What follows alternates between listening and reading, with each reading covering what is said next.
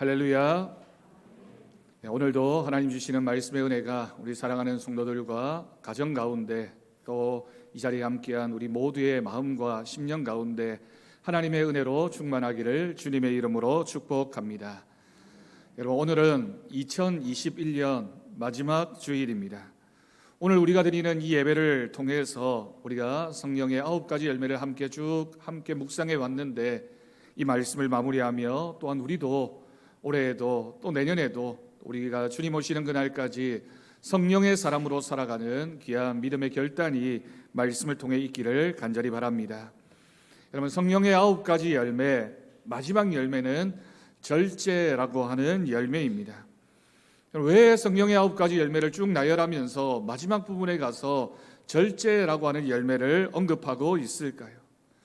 제일 중요한 것이 제일 처음 나온다라고 생각한다면 성령의 9가지 열매 중에 으뜸은 사랑이라고 하는 열매라고 할 수 있습니다. 그런데 사랑 외에도 9가지 열매 모두가 다 귀한 열매이며 우리 모든 성도들이 맺어야 하는 열매입니다. 그런데 이 9가지 열매 중에 절제라고 하는 열매는 가장 마지막에 기록되어져 있습니다. 왜일까요? 가장 낮은 곳에 있어서 절제가 뒷부분에 온 것이 아니라 이 모든 성령의 열매들을 완성하는 것이 바로 절제라는 열매이기 때문입니다. 9가지 열매들이 제대로 기능하려면 절제라는 열매가 잘 마무리되어져야지만 이 열매를 통하여 나머지 열매들이 완성되어집니다. 여러분, 사랑을 한번 생각해 보십시오. 사랑이라는 열매가 얼마나 아름다운 열매입니까? 하지만 사랑에 절제가 빠지게 되면 그 사랑이 편애가 되고 집착이 됩니다. 내가 그 사람을 사랑하는데 그 사랑이 절제되지 않으면 그 사랑 때문에 그 사람을 힘들게 할 수도 있습니다. 희락도 마찬가지입니다. 기쁨이 얼마나 좋은 것입니까? 하지만 절제가 없으면 내 만족이 되고 그 기쁨은 내 쾌락이 될 수밖에 없습니다. 그 외에 나머지 모든 열매들도 동일합니다. 절제가 없게 되면 모두가 넘치게 되고, 넘치게 되면 하나님의 뜻을 이룰 수가 없습니다. 교회 일도 마찬가지입니다. 교회 일을 하는데 열정이 많다라고 하는 것이 얼마나 아름답습니까? 열정이 없으면 무슨 일이든지 발전이 없고 변화도 없게 됩니다. 열정이 많은 성도, 열정이 많은 교회가 참 멋진 성도와 멋진 교회라고 말할 수 있을 것입니다. 근데 여러분, 이 열정이 좋은 것이긴 하지만 이 열정이 열정으로서 제대로 작용하려면 반드시 절제가 수반되어져야 됩니다. 여러분, 절제라고 하는 이 단어의 사전적인 의미는 정도를 넘지 않게 알맞게 조절하거나 제어한다라는 뜻을 가지고 있습니다. 헬라어로는 이 절제라고 하는 단어가 앵크라테이아라고 하는데, 우리말 성경에서는 이 모든 것을 절제라고 하는 단어로 번역을 했습니다. 영어로는 이 절제를 셀프 컨트롤이라고도 하고, 또한 템퍼런스라는 단어를 사용해서 자기 스스로를 알맞게 잘 조절한다라는 뜻을 가지고 있습니다. 한자어 성경에서는 이 절제를 중용으로 표현하기도 합니다. 정도에 맞게 잘 조절해서 균형을 갖추는 것이 바로 절제입니다. 그런데 여러분, 이 헬라어 단어 절제라고 하는 이 단어에는 지배권, 지배한다라는 의미도 동일하게 품고 있습니다. 무슨 뜻입니까? 내가 절제한다라고 하는 것은 그 대상을 잘 지배한다라고 하는 뜻입니다. 그래서 반대로 절제의 반대말은 방종입니다. 방종은 절제 대상들에 의해서 지배된다라고 하는 의미이겠지요. 쉬운 예를 든다면 우리가 음식을 먹을 때 양에 맞게 음식을 먹으면 음식이 나의 지배를 받게 되지만, 내가 배가 불러도 그 음식을 먹는 것을 잘 컨트롤하고 조절하지 못하게 되면 음식이 나를 지배하게 된다라고 하는 뜻입니다. 즉, 절제하면 음식을 내가 지배하는 것이고, 절제하지 못하면 그 먹는 음식이 나를 지배하게 되어 있습니다. 고린도전서 9장 25절 말씀에 이런 말씀이 있습니다. 이기기를 다투는 자마다 모든 일에 절제하나니 그들은 썩을 승리자의 관을 얻고자 하되 우리는 썩지 아니할 것을 얻고자 하노라. 아멘. 여러분, 이 말씀을 보면 이기기 원해서 승리하기 원해서는 승리를 얻기 위해서는 반드시 필요한 것이 있다라고 말씀은 기록합니다. 승리하기 위해서 반드시 필요한 것이 바로 절제입니다. 여러분, 운동선수를 보면 경기에서 이기기 위해서 얼마나 많은 자기 조절을 하는지 모릅니다. 먹을 것을 먹지 않고 하고 싶은 것 하지 않고 열심히 운동을 하게 됩니다.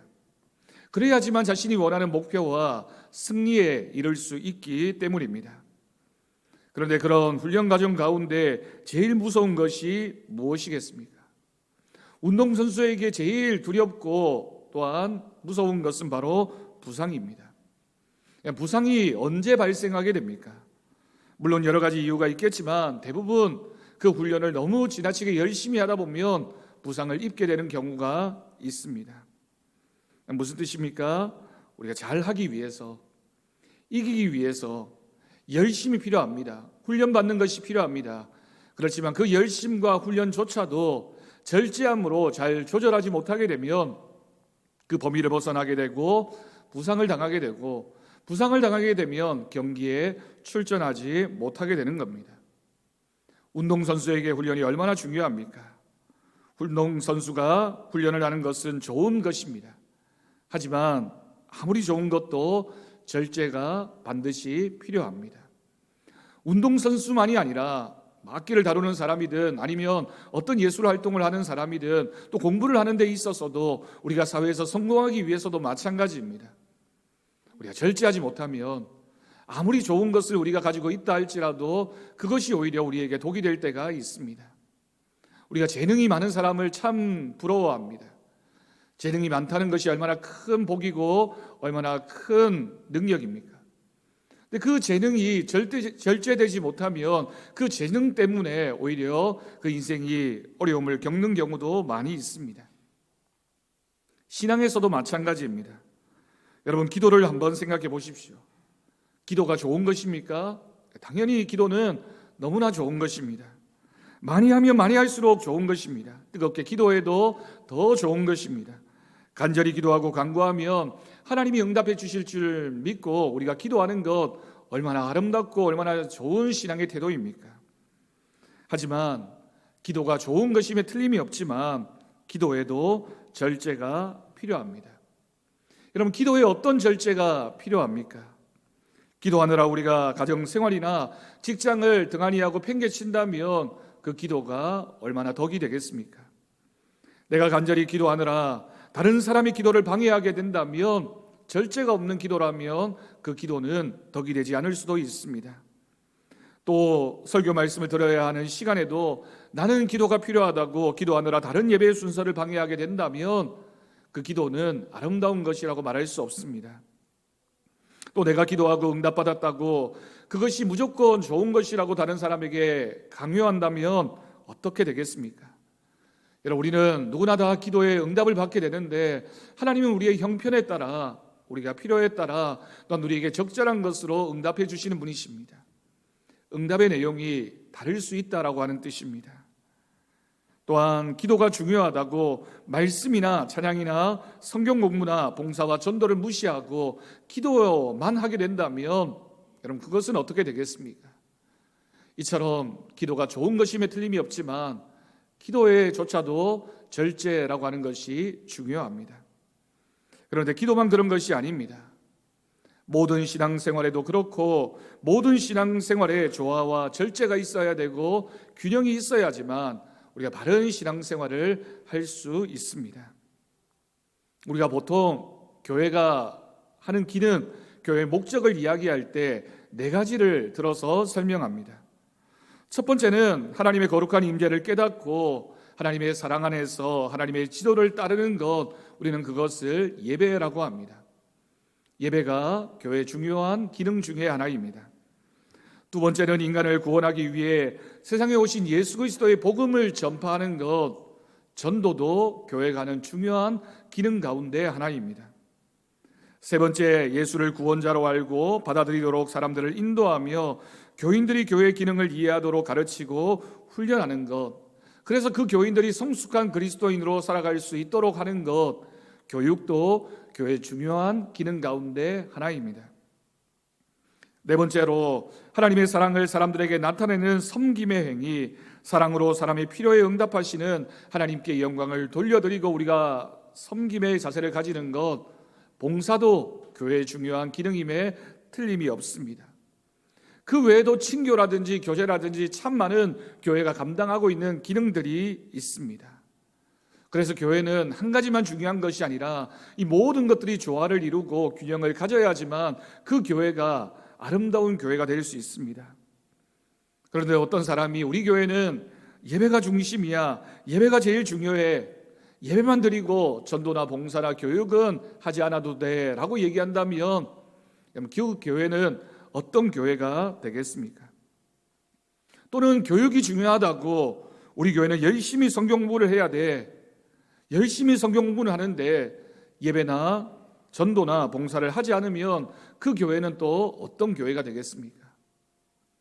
전도는 열심히 하는데 예배나 교육이나 봉사를 하지 않는 교회라면, 봉사는 열심히 하는데 예배나 전도나 또는 교육이 없는 교회라면 어떤 모습이든지 그 교회는 한 가지는 잘하지만 나머지 것들을 하지 않음으로써 그 교회가 감당해야 될 기능들을 온전히 감당하지 못하게 되는 것입니다. 물론 교회마다 강조점이 다를 수 있고 때에 따라서는 어느 부분을 더 열심히 할 수 있습니다. 어느 해에는 우리 교회가 이 부분에 더 강조점을 두고 이것에 열심을 다하자라고 말할 수는 있겠지만, 그러나 교회는 이와 같은 모든 기능들을 다 하고 또 감당해야지만 그 교회가 하나님 보시기에 아름다운 교회가 되는 것입니다. 그래서 여러분, 절제의 또 다른 의미가 바로 조화와 질서입니다.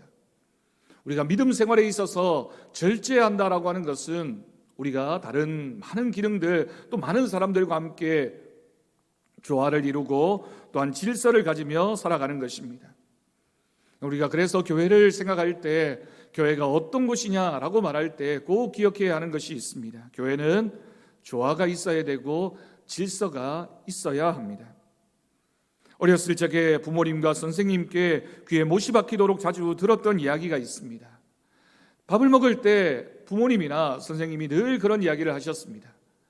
편식하면 안 된다라고 하는 말씀이었습니다. 고기만 먹어서도 안 되고 채소만 먹어서도 안 되고 또 입에 맞다고 해서 단 것만, 내가 좋아하는 것만 먹어서는 건강해질 수 없습니다. 여러분은 오병이어의 기적과 성찬 중에 어느 것이 더 커 보입니까? 복음서에 기록되어진 예수님이 하신 많은 일들 가운데 먹는 것과 관련되어진 두 가지 중요한 사건이 오병이어의 기적과 그리고 성찬식이라고 하는 사건이었습니다.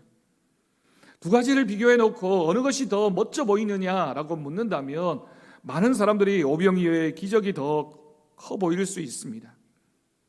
오병이어의 사건은 5,000명이나 되는 사람을 보리떡 5개와 물고기 2마리로 우리 주님이 기적을 일으키셔서 다 배불리 먹이신 사건, 그리고 12광주리를 남긴 사건, 많은 사람들이 그 사건을 경험하면서 저분이라면 메시아구나, 구약 성경에 기록되어진 그분이구나, 하나님의 아들이구나 라고 인정했던 사건이 바로 오병이어의 사건이었습니다. 그곳에 함께했던 많은 백성들이 그렇게 생각했을 겁니다. 이렇게 작은 것으로 이 많은 사람을 먹일 수 있는 분이라면 우리에게 발생하는 어떤 문제라도 예수님께서는 다 문제를 해결해 주실 수 있겠구나. 이분은 참 능력이 많으신 분이시구나. 우리를 위하여 무슨 일이든지 하실 수 있는 분이다라는 확신을 가질 수 있었습니다. 여러분, 왕이나 정치적인 지도자가 백성의 먹고 사는 문제를 해결해 주면 인정받지만 반대로 그렇지 못하면 어떤 왕이라 하더라도 어떤 정치적인 지도자라 할지라도 백성으로부터 배척받을 수밖에 없습니다. 2000년 전에 예수님 당시에 식민지였던 이스라엘의 백성들의 문제가, 가장 큰 문제가 바로 이것이었습니다. 빈곤과 가난의 문제, 먹고 사는 문제로 힘들어하고 있던 백성에게 예수님께서 이 먹는 문제를 해결해 주셨으니 얼마나 이 기적이 놀랍고 큰 일처럼 여겨졌겠습니까? 성경을 통해 알고 있던 이스라엘 백성들에게 잊혀지지 않던 사건, 광야 40년 생활하던 이스라엘 백성들을 하나님께서 만나와 메추라기로 먹이신 그 사건이 떠오르면서 저분이 정말 그분이시구나, 메시아이시구나, 하나님의 아들이시구나 라고 누구나 인정할 수밖에 없는 사건. 그래서 오병이어의 사건 이후에 이스라엘 백성들이 예수님을 왕으로 모시려고 시도하게 됩니다. 놀랍고 큰 기적이었습니다. 그런데 여러분, 반면에 성찬식은 너무나 조촐한 시간이었습니다. 예수님과 12 제자만 모여있던 그 자리에 빵과 포도주를 두고 함께하는 작은 저녁 식사가 바로 성만찬이었습니다. 더군다나 이 성만찬이 있었던 때는 예수님의 십자가의 죽음을 앞두고 있는, 그래서 모든 것이 불안하고 모든 것이 어두운 그런 분위기였습니다. 더군다나 이 성찬에 참여하고 있던 예수님의 제자 중에는 예수님을 팔아먹으려고 마음에 이미 악한 생각을 품고 있던 제자도 있었습니다. 그러니 분위기가 얼마나 암울했을까요? 그 성만찬에 참여한 사람들의 마음속에는 부담감이 있고 이제 어떻게 될까 막연한 불안감이 생길 수밖에 없는 그런 처지 가운데서, 그런 상황 가운데서 식사가 이어지게 됩니다. 어쩌면 철저하게 실패가 가까이 다가오고 있는 그런 시간이었습니다. 여러분, 우리에게 만약 그 2시간 중에 어느 식사에 참여하기를 원하느냐라고 묻는다면 아마도 많은 사람들이 오병이어의 그 영광스러운 그리고 그 큰 기적의 사건에 나도 한번 참여해보고 싶다, 얼마나 은혜의 시간일까라고 생각하게 될 것입니다. 하지만 여러분, 2가지 기적은, 2가지 사건은 다 의미가 있고 우리 주님께서 어떤 분이신지를 우리에게 보여주신 사건이었습니다. 의미가 다르다라고 하는 뜻입니다. 예수님께서는 오병이어의 사건을 통해서 5,000명이나 되던 무리들에게 빵과 물고기를 배불리 먹고 12광주리를 남기셨습니다. 근데 여러분, 그 큰 기적이 일어났지만 얼마 시간이 지나지 않아서 그들은 곧 다시 배고파졌고 먹는 것을 걱정하게 되었고, 또 누군가는 이 먹는 문제를 해결해 주실 수만 있다면 예수님이 아니라 다른 사람이어도 상관이 없다라고 하는 마음을 가지게 되었습니다. 그래서 오병이어의 사건에 참여했던 그 많은 사람들이 얼마 지나지 않자 예수님이 잡히시게 되자 바라바와 예수님 중에 바라바를 놓아주고 예수님의 십자가에 못 박으라고 외치는 군중으로 바뀌게 된 것입니다. 큰 기적을 경험했지만, 하나님의 큰 은혜를 누렸지만 그들에게는 진정한 생명이 없었을지도 모르겠습니다. 성찬식은 그런데 어떻습니까? 작고 초라해 보이는 순간이었지만 우리 주님이 주시는 떡과 포도주를 먹고 마시는 사람, 그 사람들은 영원히 목마르지도 영원히 배고프지도 않을 생명을 얻고 누리게 되었습니다. 여러분, 이 성찬식은 하나님의 영광과는 거리가 멀어 보입니다. 화려함과는 전혀 상관이 없는 것 같습니다. 어쩌면 가장 절제되고 가장 낮은 자리이며 가장 엄숙하고 경건한 자리입니다. 여러분, 절제라고 하는 것이 바로 그런 것입니다. 우리가 다 소유하고 다 누려서 행복한 것이 아니라 가장 중요한 것, 우리가 그것을 얻음으로써 다른 것에 대하여 만족하는 믿음을 가지게 되는 것, 그것이 바로 절제가 주는 은혜입니다. 하나님을 향한 믿음을 가지고 나면, 우리 주님을 우리의 마음속에, 우리의 심령 가운데 영접하고 나면 다른 것이 없어도 우리가 만족하게 되는 것. 너희는 먼저 그의 나라와 그의 의를 구하라. 그리하면 나머지 다른 것들은 내가 다 채워주실 것이라는 믿음을 가지고 먼저 해야 할 것과 가장 중요하게 생각해야 할 것을 아는 것, 그것이 바로 절제의 열매입니다. 여러분, 구약시대에 구약 성경에 기록되어진 많은 직분 중에 제사장이라는 직분이 있습니다. 이스라엘 백성들이 광야 생활을 마치고 가나안 땅에 들어가게 되었을 때 하나님께서 모세와 여호수아를 통하여 12지파에게 땅을 분배하게 하셨습니다. 그런데 레위 지파와 제사장 가문에는 하나님께서 땅을 주지 않으셨습니다. 제사장은 자신의 몫이나 유산으로 받은 땅이 없었기 때문에 하나님이 유산이 되어 주셨습니다. 그리고 모든 백성들은 제사장을 배려해야 하고 그렇게 주어진 것을 받고 사는 사람이 바로 제사장이었습니다. 그래서 제사장은 누군가를 의지해야지만 살 수 있는 사람입니다.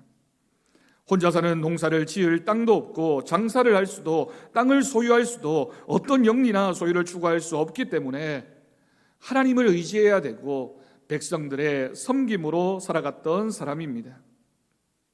제사장은 그에게 간절한 소원이 있어서 살던 곳을 떠난다 하더라도 그곳이 어디든지 하나님의 명령에 순종해야 했던 인물입니다. 땅이 없었기 때문에 어쩌면 자유로울 수 있었고 하나님의 명령에 순종하는 사람이 제사장이었습니다. 네, 여러분, 구약시대의 제사장이라고 하는 이 직분이 신약시대에 와서는 우리를 향한 하나님의 직분이 되었습니다. 하나님께서 우리를, 모든 사람을 다 하나님의 제사장 삼아 주셨습니다. 이제는 세상에 얽매여 살지 않고, 세상에 만족해서 살지 않고, 세상을 전부라고 생각하지 않고 하나님만을 바라보고 하나님만을 의지하는 삶을 살라고 우리를 제사장 삼아 주신 것입니다. 여러분, 우리가 누군가를 의지하며 살아야 한다는 것, 그리고 간절한 소망으로 직무를 수행하며 살아야 한다는 것, 그것이 하나님의 뜻에 순종하는 것이며 그것이 바로 우리가 살아가야 하는 삶의 규칙입니다. 다 가질 수 없지만 하나를 가지면 전부를 가지게 됩니다. 우리가 세상의 모든 것을 다 가질 수는 없지만 그러나 하나님을 우리의 마음속에 소유하고 하나님을 향한 믿음을 우리가 가지게 되면 하나님이 주시는 은혜를 누리게 되며 세상에 어떤 것도 줄 수 없는 행복과 만족감을 누리게 되는 것, 그것이 바로 하나님을 향한 우리의 믿음이며 절제의 열매를 맺은 사람에게 주어지는 하나님의 축복입니다. 우리는 그것을 알고 믿는 사람들입니다. 많은 세상 사람들이 더 많이 가지려고, 더 높은 곳에 오르면, 더 좋은 것을 먹고 더 좋은 것을 입으면, 내가 더 많이 소유하면 행복해질 것이라고 생각합니다. 물질주의가 얼마나 이 땅을 더럽히고 있는지 모릅니다. 성공주의가 이 땅의 많은 사람들을 죄악으로 이끌어가고 있습니다. 남들보다 높아지고 남들보다 더 많이 누리면 된다라고 하는 생각들이 얼마나 이 세상을 이기적으로 만들어 버렸는지 모릅니다. 이 시대에 그래서 성령의 9가지 열매 중에 마지막 열매인 이 절제라고 하는 열매가 얼마나 귀한 열매인지 모릅니다. 다 할 수 있지만 하지 않는 것, 다 누릴 수 있지만 절제하는 것, 하나님의 말씀이기에 하나님의 뜻이기에 내가 그것을 더 우선하며 살아가는 것이 바로 절제라고 하는 열매입니다. 우리가 세상을 다 잃어도 하나님을 가지면 모든 것을 가진 사람입니다. 그것을 아는 것이 바로 절제의 열매입니다. 여러분, 우리가 절제를 우리의 마음속에 소유한다는 것은 하나님 말씀에 순종하는 믿음의 자세입니다. 이 세상을 살면서 크신 하나님 대신에 이 세상의 작은 것에 연연하며 살아가는 것은 어리석은 모습입니다. 그것에 내 시간과 삶을 빼앗겨서 어리석게 살아가지 말아야 할 것입니다. 여러분, 우리가 가진 소유나 지혜가 아무리 대단하다 하더라도 하나님의 것과 비교할 수 있겠습니까? 우리가 부유하다고 한들, 우리가 지혜롭다고 한들 하나님의 지혜와 하나님의 부유하심과 비교할 수 있겠습니까? 사랑하는 성도 여러분, 그래서 우리는 이 시대 가운데, 이 세대 가운데 절제의 열매를 꼭 맺을 수 있기를 간절히 바랍니다. 성령의 사람, 믿음의 사람에게 정말 필요한 것이 바로 이 절제입니다. 할 수 있다고 다 하면 절제가 아닙니다. 하고 싶다고 해서 그것을 다 하면 절제가 아닙니다. 하나님보다 내가 앞서게 되면 그것도 절제가 아닙니다. 하나님의 말씀보다, 하나님을 향한 믿음보다 무엇이든지 앞서면 그것은 절제가 아니라는 사실을 우리는 오늘 이 시간 믿음으로 고백할 수 있기를 간절히 바랍니다. 여러분, 우리는 할 수 있지만, 하고 싶지만 하나님 말씀을 따라 살기로 결단하고 그것을 행할 때 절제의 열매가 우리 가운데 맺히게 됩니다. 우리는 평생에 이 절제의 열매를 맺어가야 합니다. 성령의 9가지 열매들이 다 그렇듯이 한 번에 맺어지는 열매가 아니라, 그리고 내가 맺었다고 해서 자신할 수 있는 사람은 아무도 없는 열매입니다. 교만하지 않고 우리 자신을 늘 돌아보면서 내 생각과 내 방법과 내 지혜가 앞서지 않는 삶을 살 때 그것이 바로 믿음의 삶이며 하나님이 기뻐하시는 절제의 열매, 절제의 삶을 우리 모두가 살아가게 될 것을 믿습니다. 오늘 말씀을 다시 봉독합니다. 그러므로 내가 나의 안수함으로 내 속에 있는 하나님의 은사를 다시 부릴 듯하게 하기 위하여 너로 생각하게 하노니 하나님이 우리에게 주신 것은 두려워하는 마음이 아니요 오직 능력과 사랑과 절제하는 마음이니 그러므로 너는 내가 우리 주를 증언함과 또는 주를 위하여 갇힌 자 된 나를 부끄러워하지 말고 오직 하나님의 능력을 따라 복음과 함께 고난을 받으라. 아멘. 여러분, 믿음의 사람은 절제의 힘을 믿는 사람입니다. 우리가 이 땅을 살아가면서 우리가 하나님 앞에서 또 이웃들과의 관계에서 또 교회 공동체 안에서 이 절제라고 하는 열매가 가장 귀하며 소중하다는 사실을 우리가 꼭 기억해야겠습니다. 이제 2021년을 우리가 마무리하게 됩니다. 며칠 남지 않은 시간들을 통하여 다시 한번 우리가 함께 묵상해 보았던 성령의 9가지 열매들을 결단하면서 또 우리가 내년에는 주님 오시는 그날까지 우리가 온 믿음으로 주님을 기쁘시게 하는, 주님 때문에 행복한 삶을 살아가는 우리 모두가 되어야 하겠습니다. 오늘 우리 모두가 이 예배를 통해서 한 해를 돌아보며 함께 하셨던 하나님, 그리고 또 함께 하실 하나님을 소망하며 우리에게 맺혀지길 원하시는 하나님의 음성에 응답하며 우리가 맺어야 할 성령의 열매들 다시 한번 고백할 수 있기를 바랍니다.